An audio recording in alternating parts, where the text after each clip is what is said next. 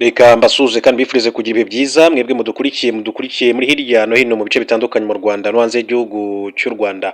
Ni amakuru menshi cyane azindutse avugwa muri iki gitondo cyo ku itariki 23 ukwezi kwa kane 2026. Mu nyemerere mbabwire ko ari inkuru nziza cyane kuri bwana Karasira Aimable cyangwa se Professor Niga. Uyu nguyu yahoze ari umwarimu muri kaminuza y'u Rwanda mbere yuko aza kwirukanwa ndetse akaza no gutabwa muri yombi akurikiranwe bya bitandukanye yagiye akorera ku muyoboro wa YouTube. Hanyuma rero yaje gukatirwa imyaka igera kuri 5. Mbere gato yuko ngaruka kuri inkuru, reka mbanze mbahe inshamake y'amakuru agezweho hanyuma tune kugaruka kuri bwana Karasira Aimable. Munyemerere amakuru yacu tuyahereye ku nshamake y'amakuru ingenzi agezweho. Guverineri wa Kivu y'Epfo arasabirwa kwirukanwa ashinjwa kunyereza imari. Abadepite mu nteko ishinga amategeko y'intara ya Kivu y'Epfo ya Repubulika Demokarasi ya Kongo batanze ubusabe bwo gukuraho icyizere no kuvana ku butegetsi Jean-Jacques Purusi uri intara, bamushinja kuba adashoboye gutegeka, kunyereza umutungo wa leta no guha ishingiro umutwe wa M23 nk'uko bivugwa n'ibinyamakuru byo muri Kongo.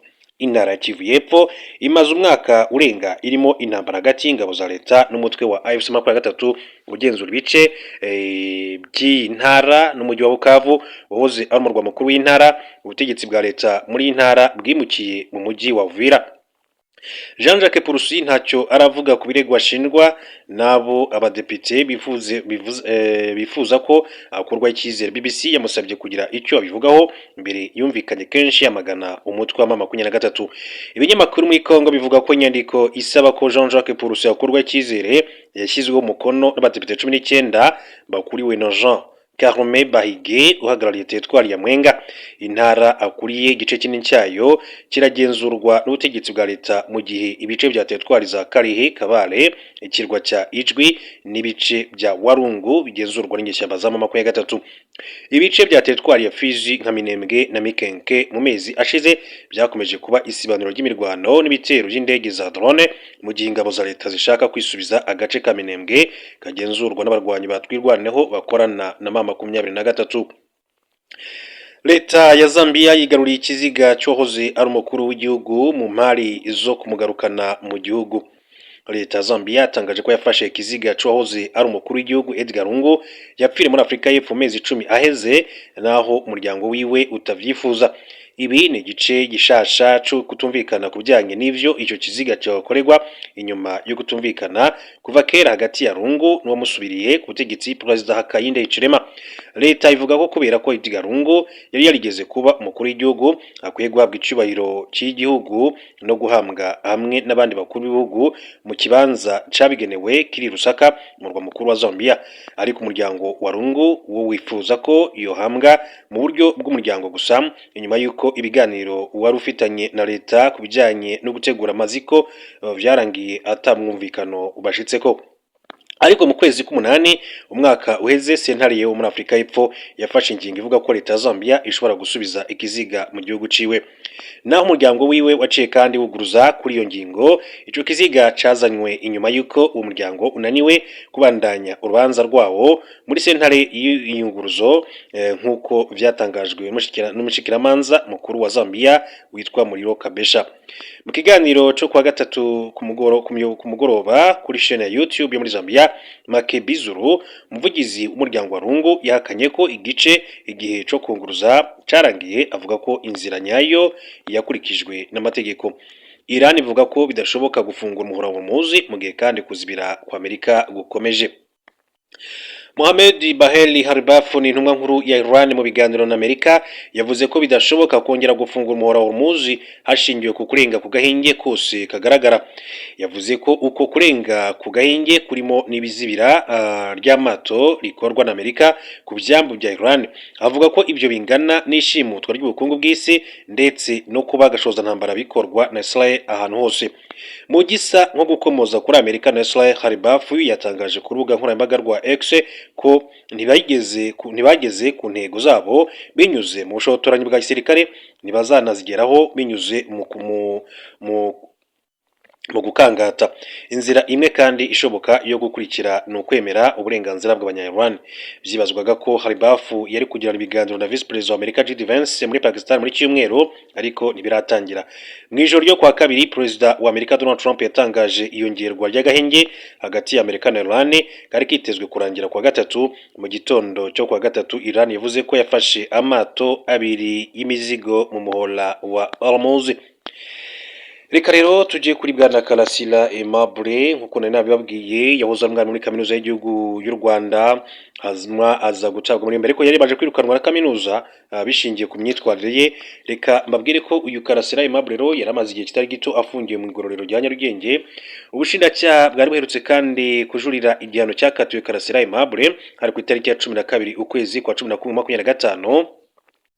Nibwo ubushinjacyaha bukuru bwajurira icyemezo cy'urukiko rukuru urugereko rwihariye rushinzwe kuburanisha ibyaha mpuzamahanga n'ibyambukiranya imipaka ruherereye i Nyanza rwahamije uzaramba Karasira Aimable icyaha cyo gukurura amacakubiri muri rubanda rukamuhanisha igihano cy'igifungo cy'imyaka igera kuri 5. Bivuze ko Karasira azataha ku itariki ya 30 ukwezi kwa 5 2026, ni ukuvuga muri uku kwezi gutaha. Icyemezo ku rubanza rwa Karasira Aimable cyasomwe ku itariki 30 Nzeri 2025 rutegeka ko ahamwa n'icyo cyaha kimwe mu byo yarakurikiranyweho. Karasira yashinjwaga ibyaha birimo guhakana jenoside, guhishingira jenoside, gukura amacakubiri ndetse no gutangaza amakuru bihuha. Ubushinjacyaha buhamya ko byakorewe ku muyoboro wa YouTube mu bihe bitandukanye. Ashinjwa kandi icyaha cyiza ndonke no kudasobanura inkomoko y'umutungo we urimo amafaranga yafatanywe kashi n'ayari kuri konti ze zitandukanye zirimo iza banki ndetse na mobile money. Ubushinjacyaha bwari bwasabye ko Karasira yahamwa n'ibyaha byose bumurega, urukiko rukamukatira igifungo cy'imyaka 30. Karasira yasabye imbabazi abakomerekejwe n'amagambo yavugiye kuri YouTube bitandukanye, avuga ko nta mugambi afite wo kubiba amacakubiri ndetse no guhakana jenoside. Bijyanye n'inkomoko y'amafaranga yafatiriwe, ubushinjacyaha kandi bwagaragaje ko Karasira Aimable yayakuye mu barwanya leta bari bashyigikiye ibyo yavugaga. Karasira we yavuze ko yaratunze menshi arimo imperekeza yahawe na kaminuza y'u Rwanda, yabereye umukozi ndetse n'amafaranga yoherejwe n'abagiraneza, kandi ngo nta cyari kuyamutwara kuko akiri ingaragu. Nyuma yo gusuzuma ubwiregure bw'impande zombi, urukiko rwamuhanishije igihano cy'igifungo cy'imyaka igera kuri 5 ndetse runategeka ko imitungo ye yafatirwa irekurwa. Ubushinjacyaha kandi ntibwanyuzwe n'icyo cyemezo cy'urukiko, ruhitamo kandi kujurira icyo gihano mu rukiko rukuru rw'ubujurire. Umwe mu banyamategeko be yabwiye ikinyamakuru Akadomo.com ko ubujurire bw'ubushinjacyaha bamaze nk'icyumweru babubonye, bityo ko bitegura kujya guhura n'umukiriya wabo bakamumenyesha iby'icyo cyemezo. Ubusanzwe ababuranyi bafite uburenganzira bwo kujurira icyemezo cy'urukiko iyo batanyuzwe nacyo, kandi bakaba kandi bafite inshingano zo kugaragaza ingingo z'ubujurire zishingiye ku byo banenga imikirize y'urubanza. Ubushinjacyaha ntabwo buragira icyo butangaza kuri ubujurire. Karasira ataye muri yombi muri Gicurasi 21 akaba afungiye mu igororero rya Nyarugenge. Bivuze ko amaze imyaka 4 icyo gihe nk'uko inkuru yavugaga. Ni ukuvuga ko igihano cye cyari gisigaye igihe kitageze ku mwaka umwe ngo kirangire, kuko yari kuzataha ku itariki ya 30 Gicurasi 2026.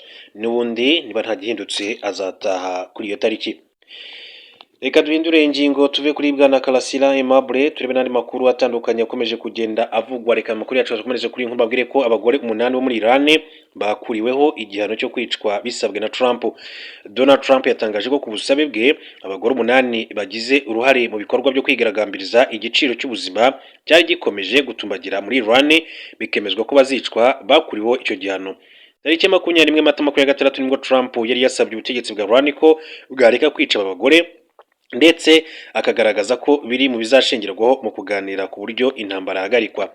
Yari yagize ati, ku bayobozi ba Iran mugiye kugirana ibiganiro n'abampagarariye, nzishimira kumva mwarekuye aba bagore ndetse nzi ko bazubaha ingingo y'uko mwabikoze. Ni ukuri mbasabye ntimubagirire nabi, bizaba ari intangiriro nziza y'ibiganiro byacu. Nyuma y'umunsi Trump ahaye ubusabe abayobozi ba Iran kuri 22 Mata 2026, umuyobozi wa Amerika yavuze ko Iran yamwumvise ndetse ko aba bagore batazicwa. Ati 4 bagiye guhita rero barikurwa, abandi 4 bazafungwa ukwezi. Nishimiye bikomeye ko Iran n'abayobozi babo bumvise ubusabe bwanjye nka Perezida wa Leta Zunze Ubumwe za Amerika bagakuraho iki gihano cyo kwicwa. Iyi myigaragambyo yatangiye mu kwezi kwa 5 yasembuwe n'itakaza agaciro k'ifaranga bikomeye. kuko nibura miliyoni imwe n'igice z'amariyoro ya Iran angana n'idolari rimwe ry'Amerika muri Mutarama 2026 yaje guhinduka iyo kwamagana ubutegetsi bwa Iran. Nyuma hakurikiyeho kandi intambara ikomeye cyane aho Israel na Amerika byateye iki gihugu cyo mu burengerazuba bwo hagati. Ibitero bimaze guhitana kandi barimo na Ali Khamenei wari umuyobozi w'ikirenga wa Iran. Reka tuve kuri inkuru mbabwire ko mu yandi makuru kera kabaye EU cyangwa se European Union ni umuryango umwe bw'Uburayi ugiye guha Ukraine inguzanyo ya miliyari 90 z'amayero. Ukraine yatangaje ko yafunguye umuyoboro utwara ibikomoka kuri peteroli biva mu Burusiya byerekeza mu bihugu by'Iburayi birimo Hongria na Slovakia, ibyatumye umuryango wunze ubumwe bw'Uburayi wemera iki gihugu inguzanyo ingana na miliyari 90 z'amayero yari yaracyemereye. Iyi nguzanyo yari yarabaye ikibazo ubusanzwe kugira ngo Hongria na Slovakia bikoresha ibikomoka kuri peteroli byo mu Burusiya byisunga Ukraine kuko inyuramo umuyoboro wabyo. Ukraine yari yarawufunze kugira ngo ihatirize EU kwihutisha inguzanyo yemerewe. Iyi nguzanyo yemejwe n'abayobozi ba European Union mu nama bari bahuriyemo i Brussels mu Bubiligi, ndetse bahita bongera gushyiriraho ibihano Uburusiya. Hateganyijwe ko amasezerano yemeza burundu ibijyanye n'inguzanyo azashyirwa mu kubona abayobozi b'Iburayi ku itariki 24 Mata 2026 muri Chypre. Ubundi inguzanyo yemejwe ko izahabwa Ukraine mu Ukuboza 25, gusa muri Gashyantare 26 wari minisitiri w'intebe wa Hongria yasabye ko atashyirwa mu bikorwa kubera ko iki gihugu cyatangaje ko impamvu cyafunze umuyoboro ari ukubera ibitero by'Uburusiya byawangirije. Ubu rero yitwaga Viktor Orban.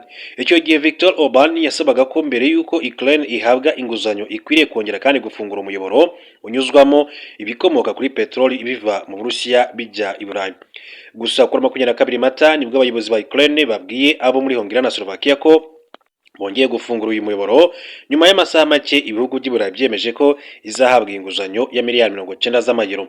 Ku rundi ruhande, kuba Viktor Orban yaratsinzwe amatora yo kuyobora Hongria biri mu byatumye iyi gahunda yihuta kubera ko Peter Magyar wamutsinze ashyize imbere kongera umubano mwiza hagati y'igihugu cye ndetse na European Union.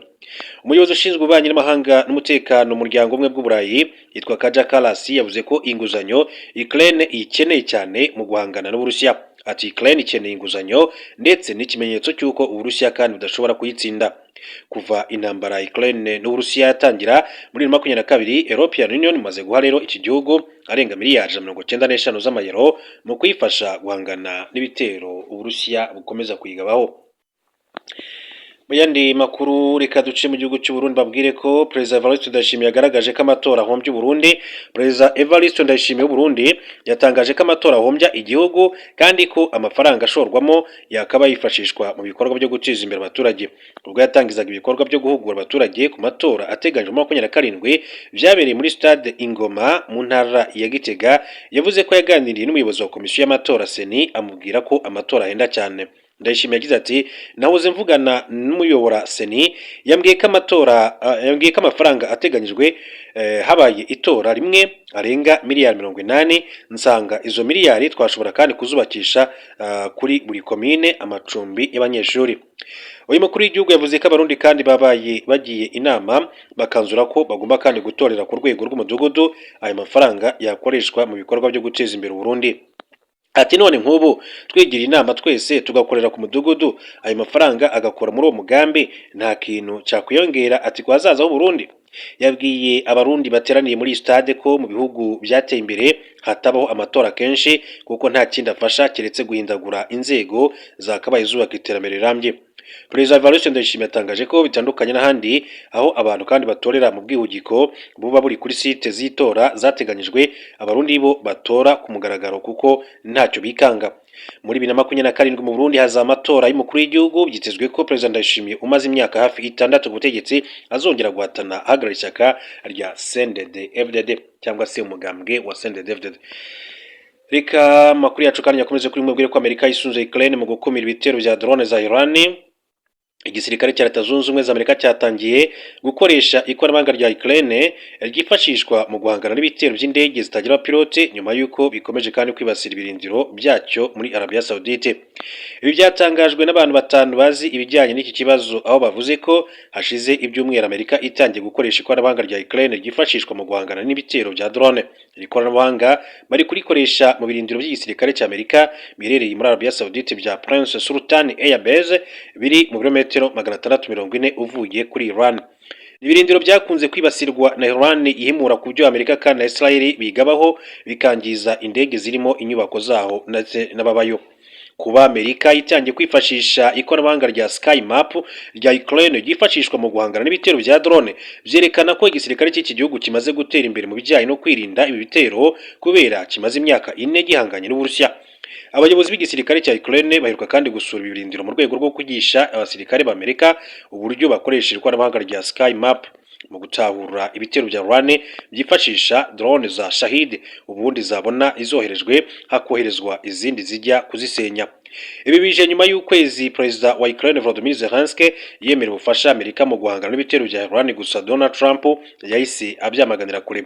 Sky Map ni ikoranabuhanga ryakozwe muri 2022 n'abenjeniyeri b'abanya-Ukraine bakorana n'igisirikare cy'iki gihugu bamaze gushyira sensors zirenga 10,000 muri Ukraine kugira ngo bahangane n'ibitero by'Uburusiya, nuko bikomeza kugenda biga.